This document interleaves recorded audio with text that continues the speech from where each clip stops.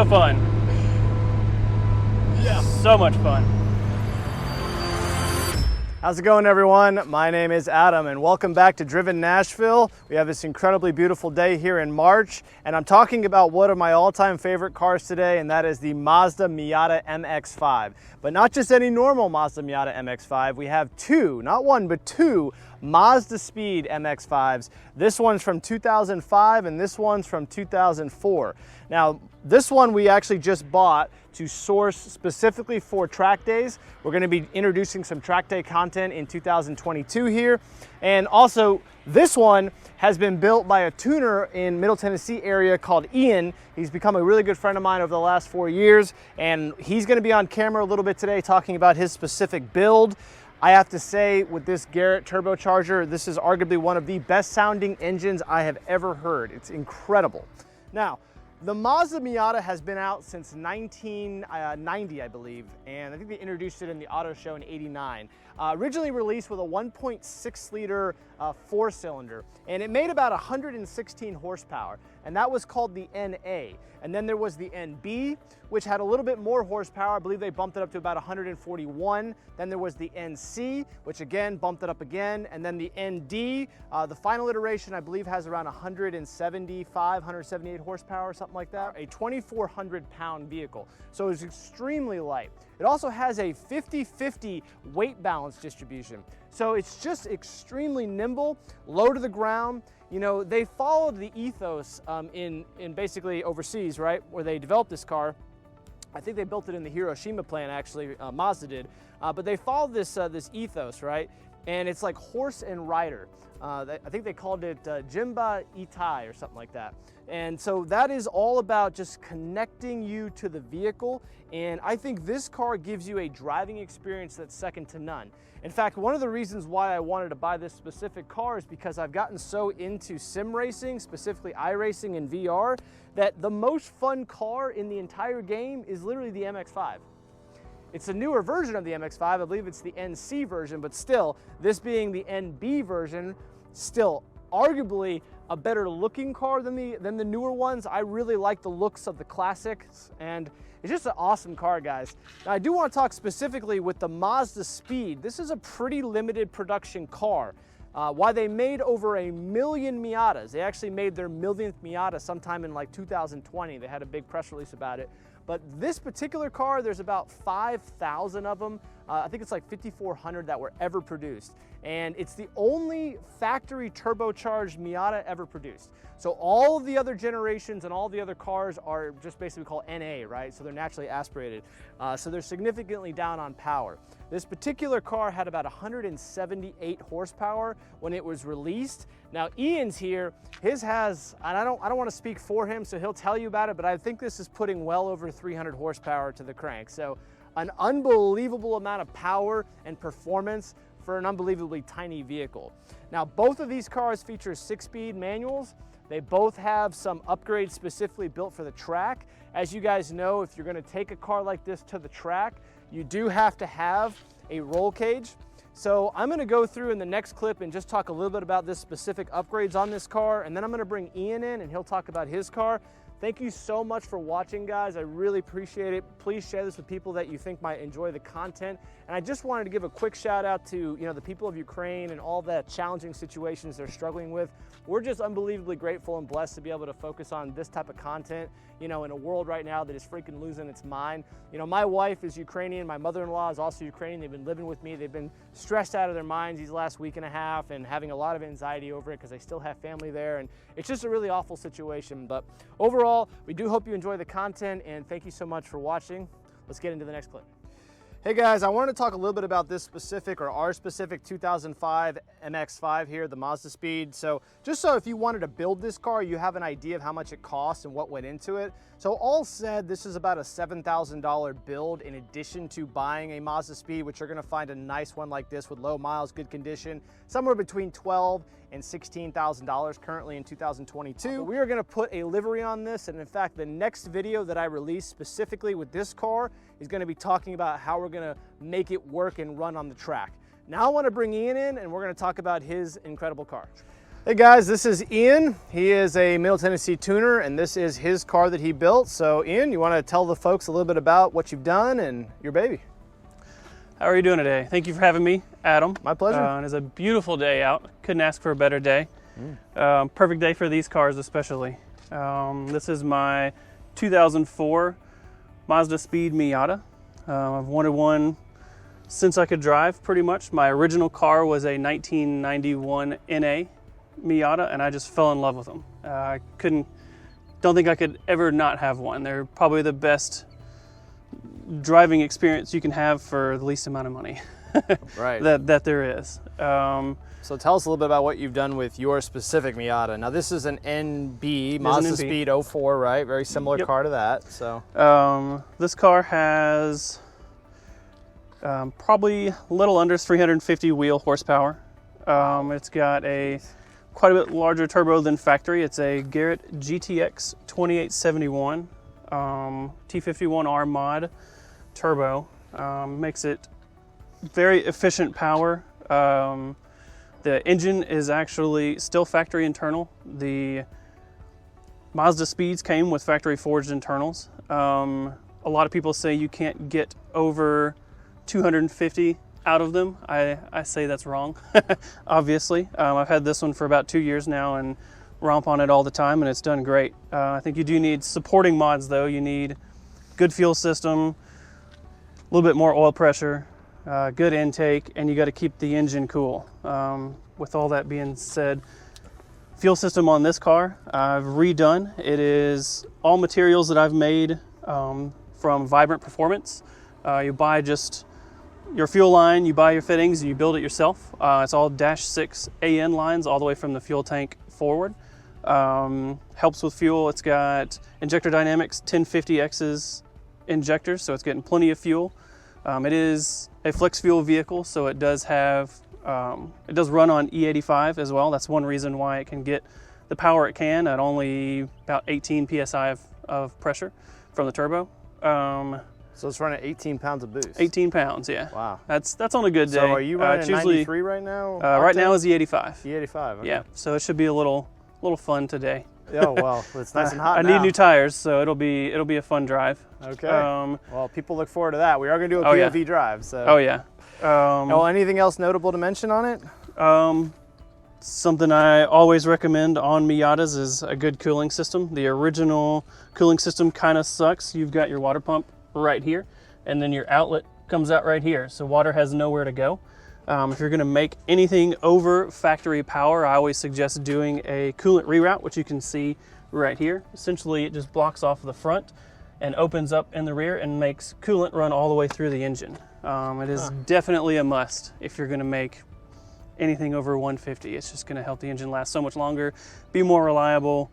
Just definitely a must. It's only about $250 upgrade, and it's totally worth it. Okay. And did you do anything with the the transmission, the 6-speed? Transmission? No, I just try and run good fluid in it. It's got a Miata Roadster short shifter in it with bronze bushing, I believe it has.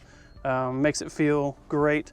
Feels just like an S2000 transmission. It's about my favorite transmission that I've ever felt has been an S2000. So very close. Other than that, now it's good engine mounts.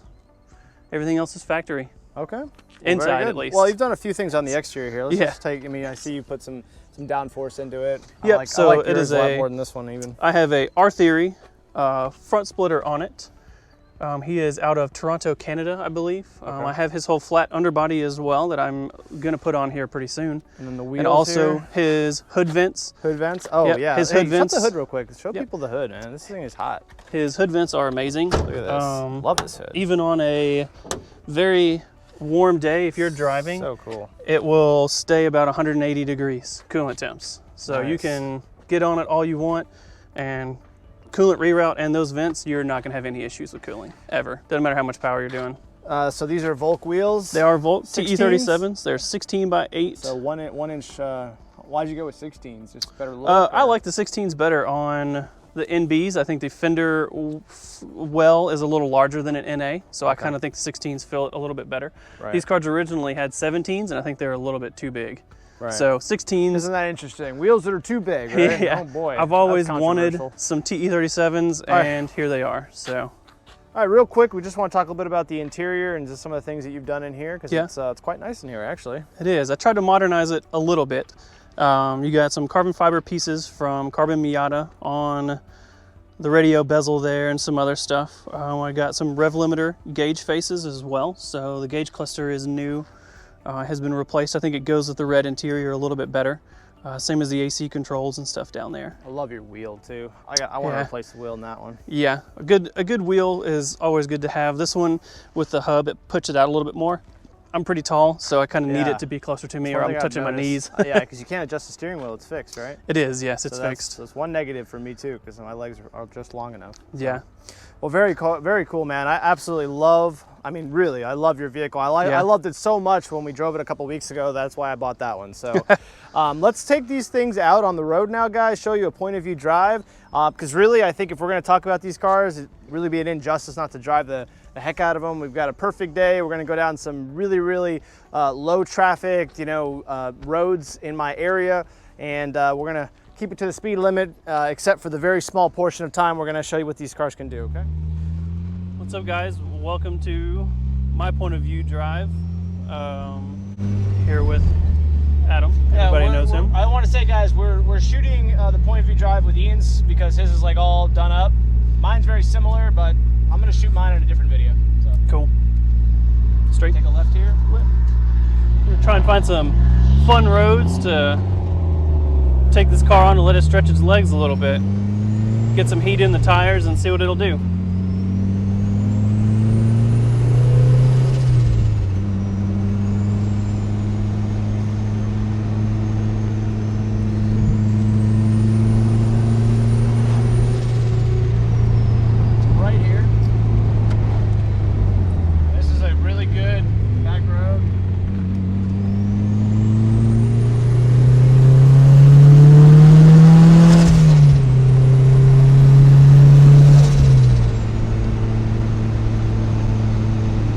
I think it's hard to find a better sounding four-cylinder car than this.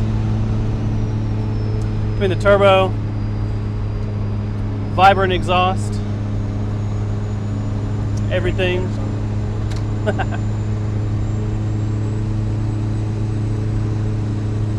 Even just normal driving.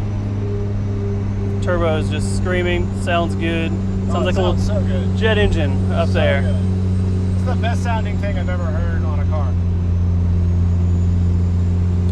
Exhaust is nice and deep.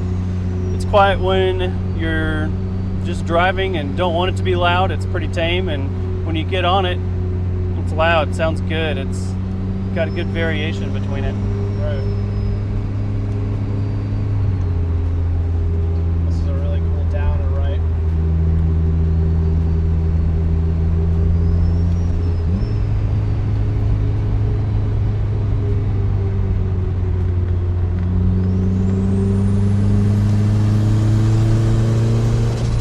Pretty warm day today, but it's not too hot, so the asphalt is nice and warm, but air is cool, so engine's nice and happy. Get plenty of grip, plenty of power. Perfect day. It really is.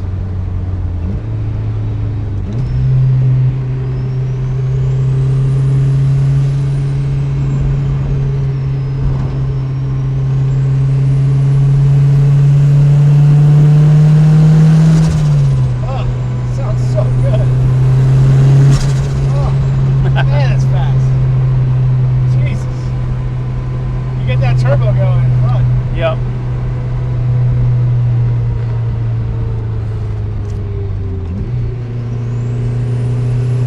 Up here we're going to be taking a right in about half a block.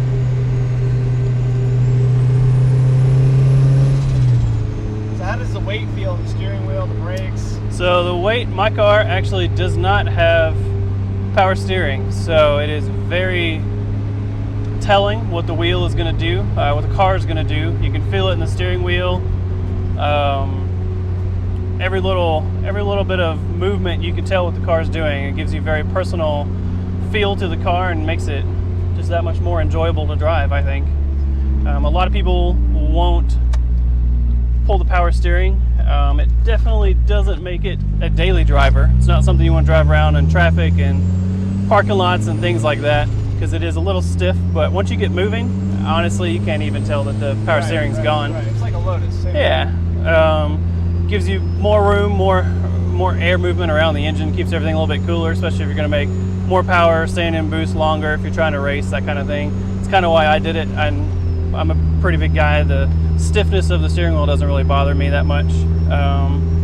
Took out AC also. So some people may not like that, but you've got all this room, plenty of airflow. Even on a hot day, it's not that bad. So I do my best not to sit in traffic. Yeah, you can't beat the convertible top on a day like today. Yeah. So tell me about the technology you got in here. Yeah, so technology, I've got a Haltech Elite 1500 computer. I wanted to go with something that was pretty advanced, kind of overkill, honestly, for this car. It's got a lot of safety measures, things like that in it that we've programmed in, and just kind of helps add to the security of the engine. Like I mentioned earlier, it is still a all factory internal engine, even with the power. So having some safeguards, having a good tune on it makes it last. I mean, it just does. 18 pounds of boost, right? 18 roughly, yeah. 16 to 18 depending on the day, depending on the temperature outside. E85 helps keep things a little bit cooler as well. Yeah, it's just overall nice computer. It is expensive, but you definitely get what you pay for if you're wanting to max out the power on an engine and do it efficiently. Well, you need something that communicates very fast and very well. So we showed the engine earlier, but you actually aren't running an air intake necessarily. You're just running a filter bolted right to the turbo, right? Yep. So that's what allows you to do that. Yep. So much fun. Yes, I can go a lot more minimal in my engine bay because of that computer. And I live in a county now that doesn't have emissions, which is great. So I pulled all that stuff out whenever I did my fuel system. So the engine bay is pretty bare. There's only the stuff that needs to be there. And I still want to take even more out. Clean it up a little bit, have it painted. Really? Match, it looks clean to me. Body match, color, and be even cleaner.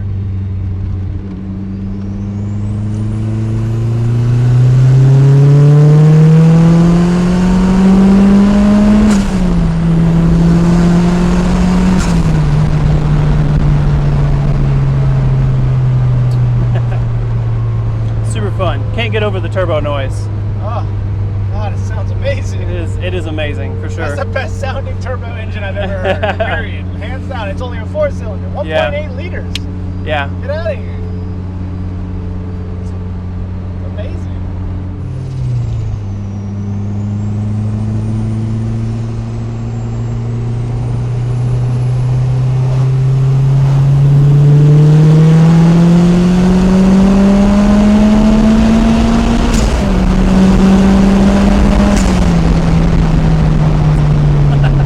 Guys, I want to thank you so much for watching our content. We really hope you enjoyed it. You know, we've got some incredibly cool content coming this year from very, very, rare and exotic cars like, Lamborghinis and Porsche GT2 RSs, etc. But for the money, dollar for dollar, getting into this car for between $12,000 and $16,000 with the right upgrades like this one has, built for the track, you've got a car that I promise you're not going to have more fun in any of the other cars that cost 6, 7, 10, 20 times as much than you're going to have in this car right here. If you want to take something to the track, if you want to do autocross, etc., if you want to get into racing series, this is one of the most popular cars to do it with because it's just fun to drive. It's easy to flick around turns, as you saw in the point of view drive. It's easy to get squirrely, but it's also easy to save yourself, right? And it's just a really, really raw driving experience, a fun, visceral, incredibly connected driving experience that truly, as we head into an EV world and cars that autopilot themselves, is dying. Let's just be honest. And I just absolutely think that these are going to hold their value and probably continue to appreciate over time. I have no doubt about that. You know, they're not making engines like this anymore. I mean, they still are, but this is dying off. I wouldn't be surprised if the next Miata comes out, it's going to be all electric, right? And it'll be great, don't get me wrong. It'll still be light, it'll still have the same DNA, it'll probably even look a little refreshed, and it'll probably even be faster. But it's never going to give you the turbo spooling, the exhaust, the smell, the feeling that this will. And that's why I think these classic JDM cars like the Mazda MX-5 are just going to do incredibly well over the next few years and potentially generations from now. So guys, thanks so much again. If you like the content, please share it, subscribe, and we will see you on the next video. The last clip will be a drone flyaway. We'll call this one a day. I'll talk to you later.